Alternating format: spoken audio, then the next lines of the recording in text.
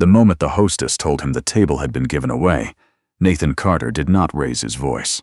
He stood at the entrance of Aurelian, his own restaurant, in a gray wool coat that needed pressing and boots, still damp from the walk across the distillery district, and he looked at the young woman behind the podium the way a surgeon looks at a complication. Not with alarm, but with the particular stillness that comes from having seen worse. "I'm sorry, sir," she said again. She had a practiced smile and the slightly overworked eyes of someone new to the job. Her name tag read Sophie. "We're fully booked this evening. I can put you on the wait list if you'd like." Nathan looked past her into the dining room. The copper pendant lights he'd selected himself 3 years ago. The exposed brick he'd argued to keep when the interior designer wanted to plaster over it. The bar cart near the back that had belonged to his grandmother. "That's all right," he said. He turned and walked back out into the November cold. He didn't call ahead. That had been his habit for 15 years, showing up unannounced, sitting in the corner watching the room work. You learned more in an hour of observation than in a week of management meetings. The reservation system flagged him as a VIP internally, but tonight, it appeared, someone had made a change. He walked half a block to the cafe across the street, sat at a window table and ordered a black coffee. Then he took out his phone and pulled up the reservation log. His name had been removed from the system 2 weeks ago. Nathan Carter had built Aurelian over 11 years of 12-hour days and one very bad divorce. He was 51 now, with gray at his temples and the kind of posture that came not from vanity but from decades of standing on kitchen floors. He had opened the restaurant with $40,000 borrowed from his father and a menu of 7 items. It now held 2 Michelin stars and a 3-month wait list. He did not advertise his ownership publicly. The website listed a management team. His name appeared nowhere in the press materials, a deliberate choice, made after a journalist had once written that Aurelian's success was the kind of thing that happens to lucky men, and Nathan had decided he preferred invisibility to mischaracterization. His daughter, Ellie Carter, knew the restaurant the way a child knows a parent's office. As a place that existed before she did and would exist after, she had grown up doing homework at a corner table while her father expedited orders. She was 27 now, working in landscape architecture in Vancouver, and she called every Sunday evening. His son-in-law, Brendan Park, he knew less well. Brendan was charming in the way that certain men are charming, efficiently as a tool. He worked in private equity and wore his success like a fitted jacket. Neither of them knew Nathan was standing across the street from his own restaurant at 8 o'clock on a Tuesday evening, looking at his name missing from the reservation system. He finished his coffee and pulled up the contact number for James Whitmore, the general manager he had hired 8 months ago. He did not call. He ordered a second coffee instead. There was a theory Nathan held, developed slowly over years, that the most useful thing you could do in a difficult moment was nothing, not yet. Reaction compressed information. Stillness collected it. He sat at the window for 40 minutes, watching the door of Aurelian open and close. At 8:47, a man he did not recognize stepped outside in a charcoal suit to take a phone call. He was perhaps 40, with the groomed confidence of someone recently promoted. He stood with one hand in his pocket, scanning the street with the proprietorial ease of a person who believed the space around him was his. Nathan had never seen him before. He paid for his coffee and walked back across the street. The hostess, Sophie, looked up when he pushed through the door the second time. "Good evening," Nathan said. "Is James Whitmore available?" Sophie's expression shifted slightly, a micro-expression of uncertainty. "Mr. Whitmore is occupied with a private event this evening. Can I ask who's inquiring?" "Tell him Nathan Carter is here." She hesitated. "Do you have a reservation, Mr. Carter?" "I had a standing reservation," Nathan said, "for the corner table near the bar. It was removed from the system approximately 2 weeks ago. I'd like to understand why." Sophie looked down at her tablet. Her composure was holding, but barely. She was 22, maybe 23, and she was clearly not equipped for whatever this was becoming. Nathan felt a passing sympathy for her. "One moment," she said. She stepped away to the back. Nathan waited. He looked at the dining room again. Full house on a Tuesday. That was good. The bar was running 3 deep. The pass was clean. Whatever James Whitmore had changed, he had not let the operation slip. The man in the charcoal suit came back inside, still scrolling his phone, and stopped when he saw Nathan standing at the podium. He looked at Nathan the way men like him always looked at men like Nathan, taking in the unpressed coat, the damp boots, the absence of anything that signaled status, and made a calculation. "Is there a problem?" he asked Sophie, who had returned and was now standing very still. "This gentleman was asking about a reservation," Sophie said carefully.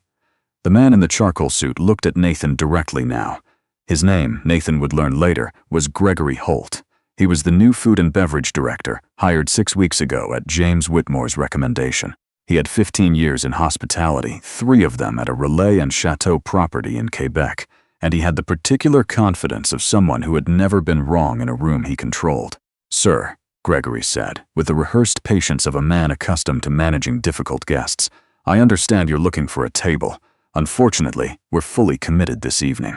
I'd be happy to have our reservations team contact you tomorrow about availability." "I'm not looking for a table," Nathan said. "Then how can we help you?" "My name is Nathan Carter." A pause. Gregory's expression did not change in any useful way. "All right," Gregory said. "I own this restaurant." The sentence landed and stayed there. Gregory looked at him. Then he looked at Sophie, who had gone the color of the white linen on the tables behind her. Then he looked back at Nathan. "I apologize," Gregory said, recovering quickly, the way people in his profession were trained to. "We weren't notified you'd be coming in this evening. If you'd like a table..." "I'd like to understand," Nathan said, "why my standing reservation was removed from the system." Gregory blinked. "I wasn't aware of a standing reservation under your name." "That's worth knowing," Nathan said. He was not raising his voice.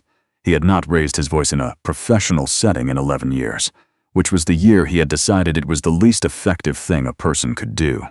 Gregory turned to the tablet and scrolled. His composure was beginning to show the first signs of something underneath it. Not quite alarm, but attention. "I don't see it here," Gregory said. "No," Nathan said. "You won't." James Whitmore appeared from the back hallway 3 minutes later. He was 55, heavyset, with silver hair and 20 years of front-of-house experience at some of the best rooms in Toronto and Montreal. Nathan had hired him because he ran a tight ship and understood the difference between hospitality and performance. When he saw Nathan standing at the entrance, something changed in his face.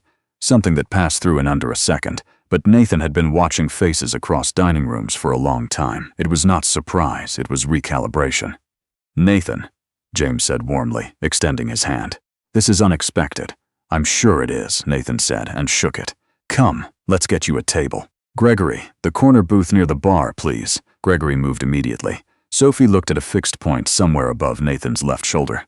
Nathan followed James to the corner booth. His booth, the one he had sat in more times than he could count, and waited while James settled across from him with the ease of a man trying to normalize an abnormal situation. "Your name dropped from the system during our platform migration last month," James said. "I should have caught it. I apologize." "The migration was in September," Nathan said. "The system shows the reservations was deleted manually on October 14th. James was quiet for a moment. "That would have been an error," he said. "It would have been," Nathan agreed. They looked at each other across the table. The room moved around them, plates cleared, glasses refilled, the quiet machinery of a well-run service continuing without interruption. "I had a guest arrive that evening who needed the table," James said finally. "We were overbooked. The reservation team was trying to find space." He paused. "I should have been contacted directly." "Yes," Nathan said. "You should have. It won't happen again." "I know," Nathan said. James waited for the next sentence, the one that would tell him where this was going. Nathan had spent the better part of 2 hours collecting information, and now he was deciding, as he often did, how much of what he knew he wanted to make visible. "Who was the guest?" Nathan asked. "A beat. A regular," James said. "A good account. He brings a lot of corporate bookings." "Does he know his bookings are being accommodated by removing the owner from the system?"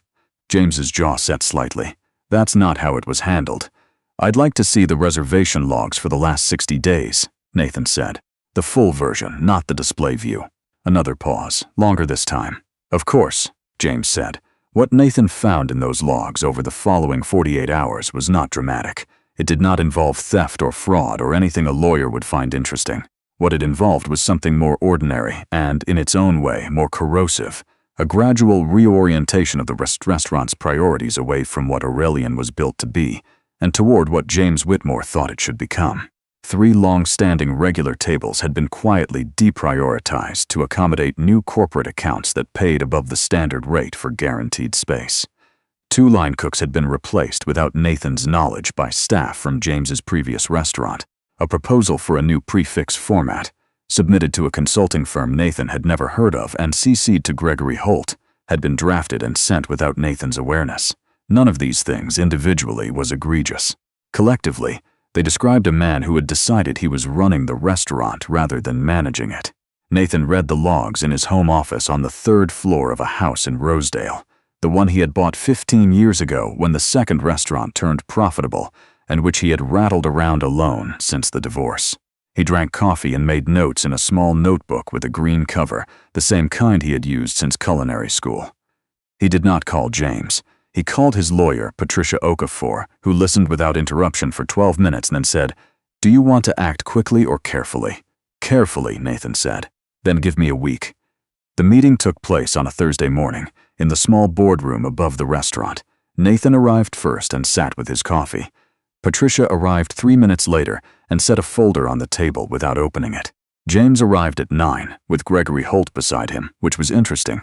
It suggested James had decided this was a meeting that required backup, which meant he had already anticipated its shape. Nathan let them settle.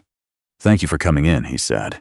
He had read once that the most disorienting thing you could say at the beginning of a tense conversation was something polite and sincere. He had found it to be true. He walked through what he had found in the logs. He did not editorialize. He named each change, the date it was made, and the name of the person who had authorized it. Gregory looked at the table. James's face held the practiced neutrality of a man who had been in difficult meetings before and was deciding how much to concede and when. "I want to understand," Nathan said at one point, not as a rhetorical device but as a genuine statement, "what you thought the direction of this restaurant should be." James answered honestly. To his credit, he believed Aurelian had outgrown its model. He believed the prefix format would position it for a 3rd Michelin star. He believed the corporate accounts were more stable revenue than the traditional dining model. He had been trying to build something that would sustain. "You may be right about some of that," Nathan said. James looked at him. "But those are not your decisions to make unilaterally." The room was quiet. "The reservation system carries my name for a reason," Nathan continued. "Not because I need to eat there every Tuesday. Because this restaurant was built on a specific set of principles about how people should be treated when they walk through the door, regardless of who they are, what they're wearing, or how much corporate business they bring in. The night your team removed my reservation to accommodate a preferred account was the night I understood something had changed." He looked at Gregory. "I don't blame you," he said. "You were operating with the information you were given." Gregory said nothing. James said, "What are you proposing, a transition?" Nathan said. 60 days. Patricia has prepared the terms. The consulting proposal with the prefix format will be reviewed on its merits, not by the firm you engaged without my knowledge. The 2 line cooks who were let go will be offered their positions back, with back pay if they want them. He paused. "And the reservation system will be rebuilt from scratch, with a protocol that any standing reservation attached to ownership is flagged before modification and cannot be removed without my direct confirmation." It was not a dramatic ultimatum. Nathan had never found dramatic ultimatums to be particularly useful. What he had found consistently was that clear language and documented specifics accomplished more than raised voices. James looked at the folder Patricia had brought. He looked at Nathan. "All right," he said. The 2 line cooks, brothers, Marcus and Theo Beaumont, who had been with Aurelian since the 2nd year, came back. Marcus came back on the Tuesday after the offer was made, arriving 20 minutes early, tying on his apron, and saying nothing to anyone about the previous 2 months. Theo came back the following week. On his first shift back, one of the servers asked him where he'd been. "Vacation," Theo said, and went back to his mise-en place. Nathan was in the dining room when Theo returned to the kitchen. He heard the brief shuffle of rearranged positions, the particular sounds of a kitchen settling back into its correct configuration, and he sat with his coffee a few minutes longer than he needed to. Sophie, the hostess who had turned him away twice, and then watched the corner booth conversation, and then quietly, in the weeks that followed, made a point of learning the name of every reservation in the system, was offered a supervisory shift at the front of house. She accepted. She had, Nathan thought, the makings of someone good at this. Gregory Holt submitted his resignation before the 60 days were up. He sent a professional email thanking Nathan for his time and citing a position closer to family in Halifax. Nathan wished him well and meant it. Gregory was not a bad person. He had stepped into a structure someone else had built without understanding what it was built on. The consulting firm's prefix proposal sat on Nathan's desk for 3 weeks. He read it carefully. Some of it was genuinely good. He called the firm's lead consultant, a woman named Helen Drost, and asked her to come in for a conversation. Not about the proposal, but about Aurelian's philosophy, which she had not been given before the engagement. She arrived prepared, which he appreciated. They talked for 2 hours. 2 months later, a modified version of the Priestfix was introduced on Thursday evenings only, with a format that Helen and Nathan had built together and that kept the original menu available for the rest of the week. It was by any measure a success. James Whitmore left at the end of the 60 days and went to open a restaurant of his own in Kelowna, which Nathan later heard was doing reasonably well. He did not wish James ill. He understood what had happened.